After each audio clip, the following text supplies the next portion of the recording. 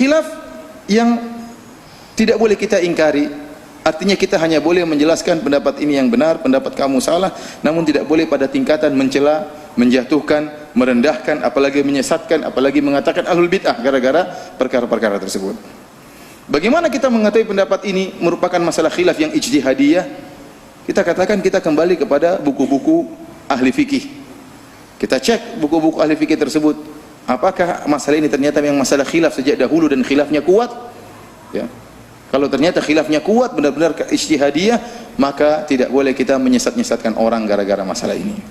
Contohnya seperti masalah yang banyak dilakukan di masyarakat di Malaysia dan juga Indonesia, seperti contohnya masalah kunut subuh.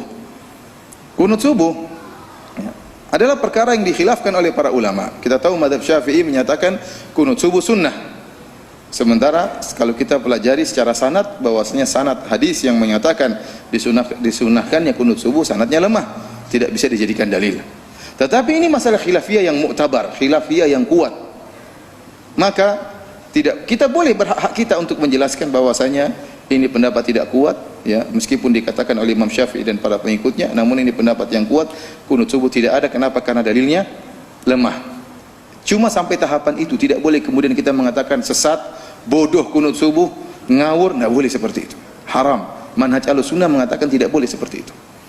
Oleh karenanya perhatikan bagaimana Imam Ahmad yang menyatakan tidak sunnah kunut subuh, dia menyatakan orang yang sholat di belakang imam yang kunut ikut kunut subuh. Ini fatwa mungkin asing, namun antum harus tahu, ya, bahwasanya Imam Ahmad yang beliau menyatakan kunut subuh tidak dianjurkan, menyelisihi gurunya Imam Syafi'i. Dia menyatakan barang siapa yang sholat di belakang orang yang kunut ikut kunut subuh. Kenapa? Ini masalah khilafiyah dan antum posisinya sebagai makmum, maka ikut imam pada masalah-masalah ijtihadiyah.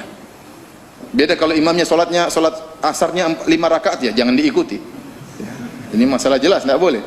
Sekarang masalah kunut subuh, masalah ijtihadiyah, dan ini berat terkadang bagi sebagian kita yang terbiasa menyelisih imam, menyangka kunut subuh itu bid'ah. Maka kalau kita ikut begini berarti ikut apa? Terjerumus dalam bid'ah. Padahal tidak demikian. Bahkan saya tidak menemukan perkataan Imam Ahmad menyatakan bahwasanya hal itu adalah bid'ah. Cuma dia mengatakan tidak sunnah, bahwasanya yang sholat di belakangnya silakan mengikuti. Dan ini juga yang difatwakan oleh Syekhul Islam Ibn Taimiyah rahimahullah dalam Majmu' Fatawa. Beliau mengingkari kunut subuh, artinya beliau tidak menerima kunut subuh. Kunut subuh menurut beliau tidak sunnah. Tetapi beliau sendiri menyuruh orang untuk ikut kunut subuh di belakang imam yang kunut kalau posisi dia sebagai makmum. Demikian juga ini fatwanya Muhammad bin Shalih Al-Utsaimin rahimahullahu taala dalam kitabnya Syarhul Mumti'. Dia mengatakan bahwasanya orang yang jadi makmum di belakang imam yang kunut subuh, maka dia juga ikut kunut subuh. Yang kita sedihkan memang timbul dari dua belah pihak yang tidak paham. Dari pihak yang tidak mau kunut subuh dan dari pihak yang kunut subuh. Dari pihak yang kunut subuh menganggap kunut subuh seakan-akan kewajiban sholat. Kalau tidak kunut subuh seakan-akan sholatnya tidak sah, kurang. Dan ini juga salah, padahal Imam Syafi'i tidak pernah mengatakan wajib. Paling maksimal hukum kunut subuh hanyalah sunnah, tidak sampai pada derajat apa? Wajib. Sementara kita dapatkan sebagian orang Indonesia, nggak tahu di Malaysia ya, kalau imamnya tidak kunut subuh dia tidak mau sholat di situ. Bahkan kalau imamnya tidak kunut subuh dia sholat ulang. Bahkan imamnya kalau tidak kunut subuh dia bilang subhanallah, subhanallah. Imam juga bingung, Pak. Seakan-akan suatu perkara yang apa? Yang wajib. Ini pun keliru. Orang seperti ini biasanya berubah kalau sudah hajian. Kalau sudah pergi haji dilihat Syekh Sudes tidak kunut subuh, bingung dia. Dia mau bilang subhanallah tidak kedengaran, terlalu jauh.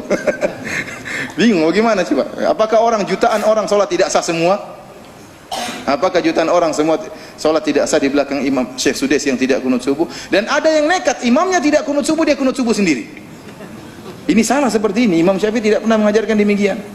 Oleh karena saya mengatakan salah dari dua pihak. Pihak pertama, orang yang kunut subuh, kita bilang silakan kalau kau kunut subuh, kau yakini mazhab Syafi'i, kita hargai. Namun menurut saya kau hargai juga pendapat saya. Pendapat saya bahwasanya tidak sunnah. Kalau kau silakan. Bahkan di antara penghargaan saya yang mengatakan tidak sunnah, saya kalau jadi makmum di belakang engkau, saya juga ikut kunut. Sebagai bentuk penghargaan saya kepada masalah ini. Sebaliknya juga dari pihak yang lain yang menganggap kunut subuh tidak sunnah, maka menjadikan orang yang kunut subuh seakan-akan solatnya rendah, solatnya hina, tidak solat itu tidak benar, sama. Mengatakan orang tersebut ahlul bid'ah, ini tidak benar. Ini masalah khilafiyah, tidak sampai pada tingkatan apa? Bid'ah membid'ahkan, barang siapa yang terjerumus pada bid'ah membid'ahkan dalam masalah qunut subuh, dia telah menyelisih manhaj ahlu sunnah. Tidak ada imam yang dia ikuti. Dia telah menyelisih manhaj ahlu